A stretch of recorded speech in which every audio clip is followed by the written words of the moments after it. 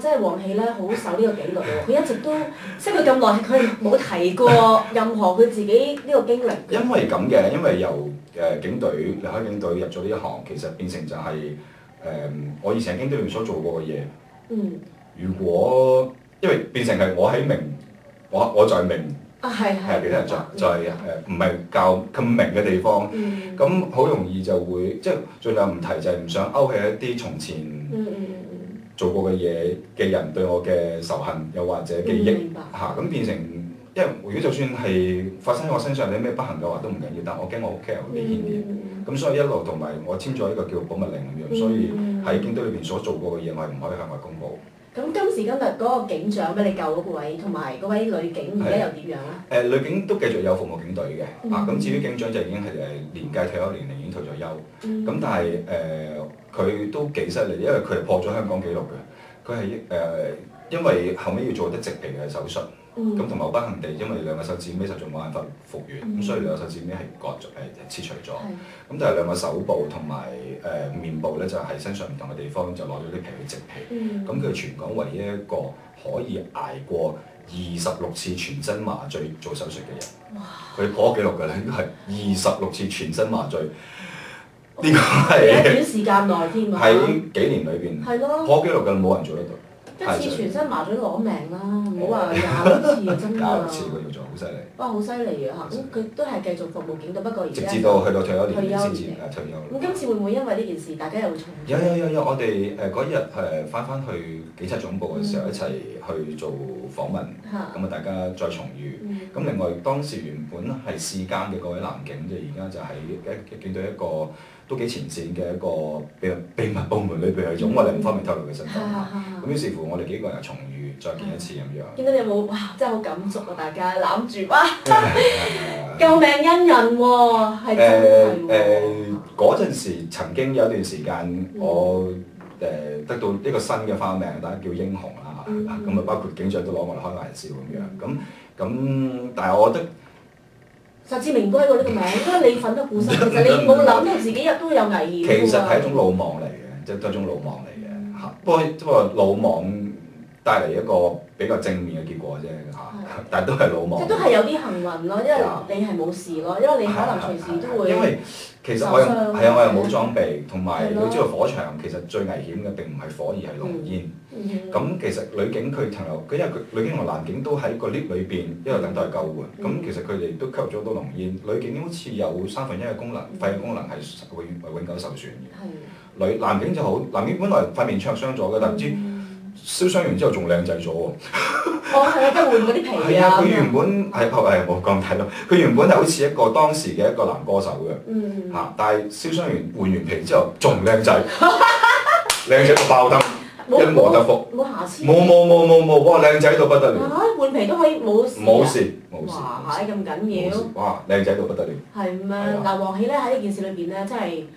即係俾我知道啦，你個人真係有情有義。咁難聽嘅嘢聽到呢4個字。唔係講正義感啊！哦。即係奮不顧身命仔。嗰個職責所在啫。救命啊！咁你都要有咁樣嘅心啊，有咁樣嘅即係你嗰種人，即係維護正義呢種奮不顧身呢樣嘢，唔係個個有噶嘛，所以你亦都加入警隊咯。你係咪真係諗住除暴安良啊？嗰陣時係嘅。警惡懲奸咁樣。小朋友一定係咁嘅咧。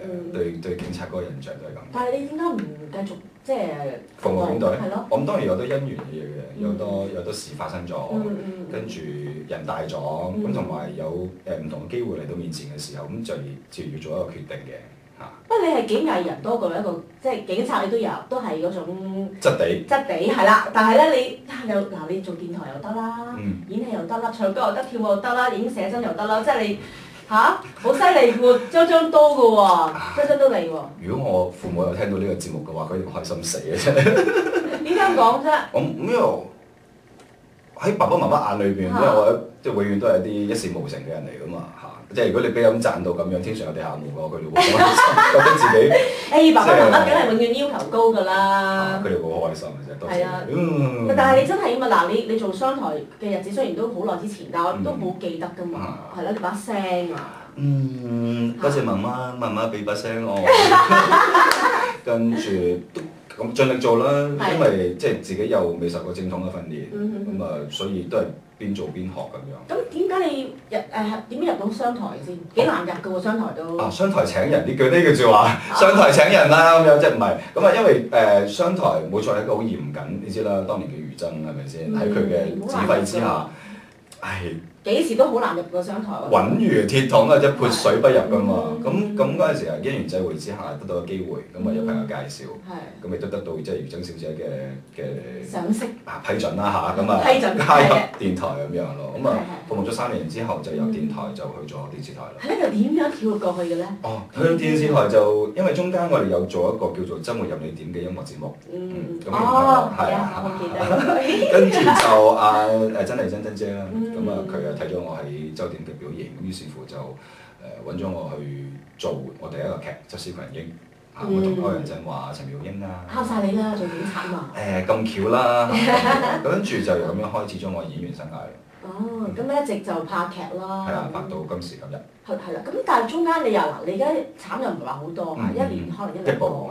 咁你其餘嘅時間你去咗做啲咩？譬如有冇翻國內，即係大陸方面拍劇啊咁樣？喺唔同嘅時段，譬如話喺我由電台加入咗電視台之後，我由96年開始拍電視劇，咁又數手指成14年。咁14年裏邊都有好大嘅變化嘅，即係由由97到過到97，跟住成個香港嘅娛樂事業嗰個演變咁樣。咁所以喺唔同嘅時期都會有唔同嘅嘢去填補嗰一部戲以外嘅空缺嘅時間咁樣，有陣時就會拍電影啊。最初嘅時候，即係97年之前，係好多電影仲有電影嗰陣時候拍電影啊。跟住97年之後就開始適應下內地市場啊，要喺內地揾啲機會去拍電視劇啊。咁所以拍咗1-2個內地嘅電視製作啦，譬如話叫做《風雲》啦，跟住就係有拍咗一個叫《搖擺女郎》啦。另外仲有1-2個電視劇係比較冷門啲嘅咁樣。咁跟住就後尾因為即係內地嘅製作又變得嚴謹咗啊，同埋有陣時即係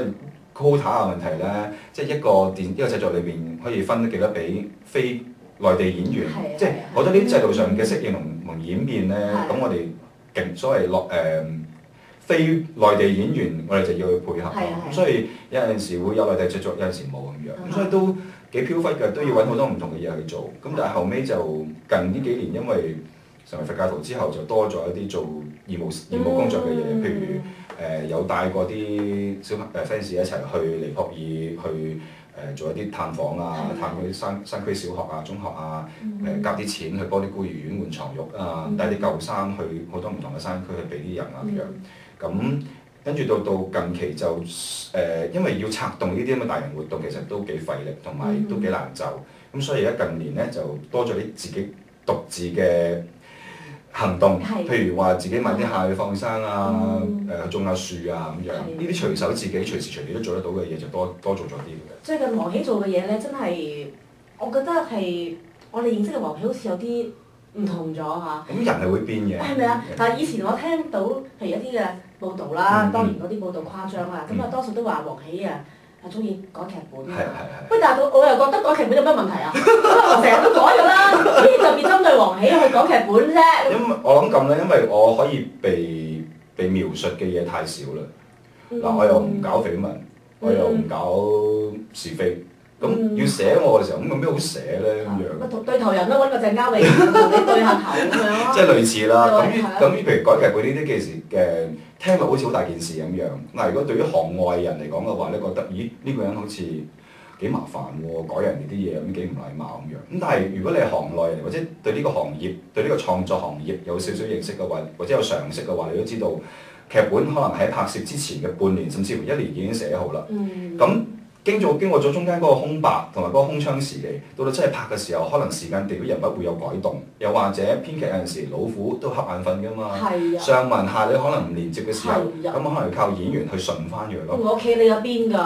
我亦都經常強調就話，如果你揾到一個唔改劇本嘅演員嘅話，好難請佢出嚟，我想向佢求教一下。特約演員咯，或者係 Kelly 咯，唔敢改。唔係，阿 PA 就係講乜就講乜，嗰啲就係咯。即係我都想學下啲唔使改動劇本都可以演繹當學嘅演員，我想學下嘢。一定要改，因為揾你去演嗰個角色啊嘛。編劇唔係你，肚裏邊嗰條腸，佢唔知你係咪啊？即係應該用你嘅方法去點樣演繹？係啦係啦，其實有好多呢啲叫臨時嘅創作同埋集體嘅創作係喺臨場嘅時候先至會發揮嘅。咁呢個改動其實係有必要嘅。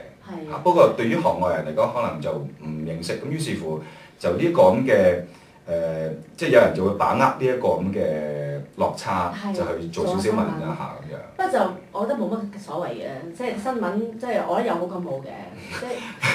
而家新聞會寫好人好嘢嘅咩？我覺得都會。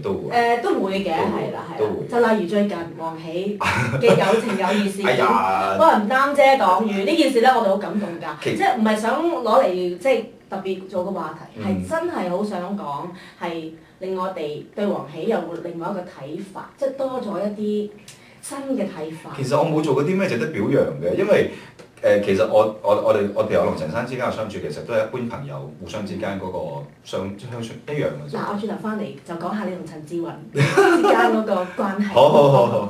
我哋好歡迎黃喜，啱黃喜，即係啲笑容咧融化咗我。係啊。係啊。有老公㗎啦。喂，我哋有老公嘅點啫？我有朋友㗎嘛。翻俾你老公用你啦，我唔用你。唔係，佢真係好開心，我呢個陽光㗎嘛。多謝。即係黃喜係好開心。咁啊，我哋你知道溫哥華而家天昏暗啊，需要你呢啲笑容，即係幫我哋。好啦，夠啦，我都俾你賺到毛管都動埋啦。我講翻陳生啦，係。有情有義，黃喜。好嗱，咁啊先交代一下背景先啦。咁我同陳生認識嘅咧就係1992年嘅時候，我入商台嘅時候，佢已經係當時嘅余真嘅特別助理。咁所以就喺商台已經係認識佢。咁嗰陣時都又未至於係朋友，不過就覺得佢好勤力，因為佢永遠都係最夜走嗰個人嚟嚇。咁永遠都喺。你記得啦，2樓啦，佢 office 喺2樓嚟嘅。咁我哋就喺地下嘅嗰層。咁有陣時上落都會見到佢。咁而佢又好人嘅，佢又唔會有架子。咁佢又會嗰陣時我哋啲咁嘅 nobody 嚟㗎嘛。咁啊都會傾下偈啊，又或者講下笑啊咁樣。咁佢係一個好，其實佢先至係一個陽光之子。佢係經常都有好多笑聲，好多冷笑話。一個咁嘅高層咯。但係當時對我嚟講，我就都係當佢係一個高層人員啦，同埋即係啱又離開咗個叫做紀律部隊，咁所以對階級個觀念好重嘅。咁我就唔係好敢同佢有太即係扮熟啊嗰啲嘢，因為我嗰陣時其實我唔係好識交際，都唔係好識社交，因為嗰個部門即係訓練我出嚟就係要即係一個命令一個動作，咁啊唔敢做次，亦都唔敢同即係上級有太多嘅接觸嘅。咁所以變咗反轉頭咧，就係佢成日撩我嚟玩，變係點解仲唔走啊？咁夜啦，幾點啊？你冇屋企嘅咩咁樣？即係好多呢啲好笑嘅嘢咁。你真係唔中意翻屋企啦嗰時你哋？冇得翻啊嘛！呢啲係你知電台，你估二撈嘅咩？跟住就咁樣就叫認識呢個人，咁但係都未算係有啲咩交情。咁啊，直至到佢入咗電台去咗 TVB， 跟住我又之後嗰一年入咗電台，入咗 TVB。咁佢係咪即刻離開咗商台就去咗 TVB 啊？唔係，佢中間去咗做 AO 啊嘛。唔係佢 AO 先 AO 過嚟商台嘅。佢由官唔做官入咗嚟做商台，跟住先至過咗 TVB 嘅。就唔同阿 Cow 嗰時張成雙就係離開商台之後就去咗 TVBI，跟住由 TVBI 先再出去做製作咁樣。咁我同阿 Cow 我熟啲嘅，即係張成雙。咁就陳生係去到佢入咗電視台，我入咗電視台，其實都未係好識，但係直至到後尾我搬咗去同一條街。哦，咁巧！我哋喺同一條街做咗鄰舍之後咧，就多咗接觸啦。咁就真係開始做到朋友。咁但係一路都冇人知嘅，因為我哋唔會標榜呢樣嘢，同埋我哋工作有口密啦，你個人。同埋冇必要，我只不過係咁巧，我搬出嗰條街之後，發覺原來你又住喺度咁樣，係咁啫嘛。因為我哋泊車嘅地方係同一個屋苑，即係因為我哋本身住嗰棟大廈都冇車位嘅，就要喺租對面一座大廈嘅停車位。點知原來大家租埋同一個地方，所以攞車嘅時候會見到，跟住先至知原來大家住埋同一條街。好啦，咁跟住先至叫熟咗。咁有陣時，因為佢食素嘅咁樣，我哋或者佢屋企個工人就煮得好食嘅，咁佢上屋企食飯。咁我又煮咗啲咩食嘅，我叫佢嚟食，即係咁樣開始。你係咪都係食素咧？而家嗰陣而家係，嗰陣時唔係。嗰陣時未係。咁於是乎由街坊開始變成朋友，